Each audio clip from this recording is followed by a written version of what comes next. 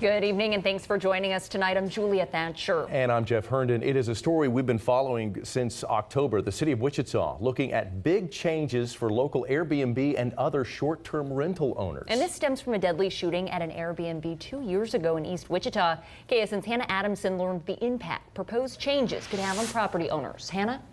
Thomas Carter and his wife have owned and operated an Airbnb for 6 months. It actually was Carter's childhood home. A labor of love the couple put at least $45,000 of their hard-earned money into. Now they say a proposed ordinance could put their dreams of expanding their business on hold.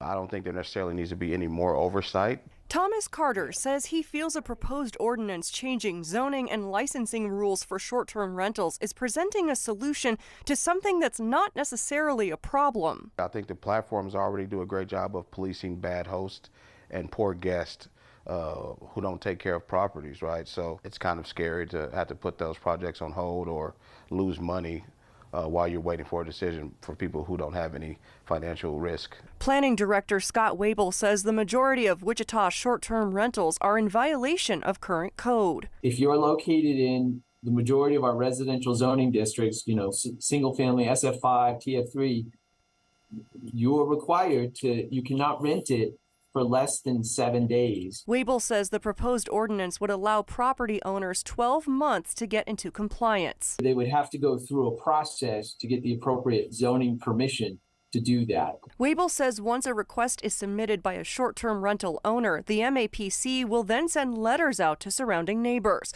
If more than 50% of those neighbors protest within 14 days, the MAPC, the District Advisory Board, and the City Council would have to sign off on that property becoming a short-term rental.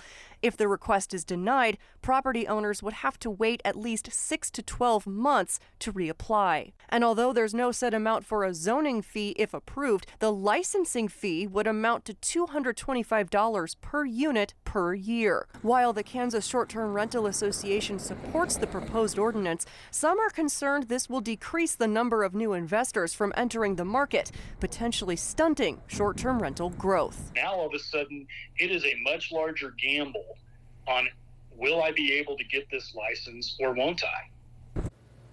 Another change in that ordinance, a suspension of up to 5 years if a short-term rental is found to be in violation of code. Now, the MAPC has deferred this agenda item until August 10th. However, there will be a public hearing on May 11th. We'll have more details on how you can share input on our website. That's ksn.com. Here for you, Hannah Adamson, KSN News 3.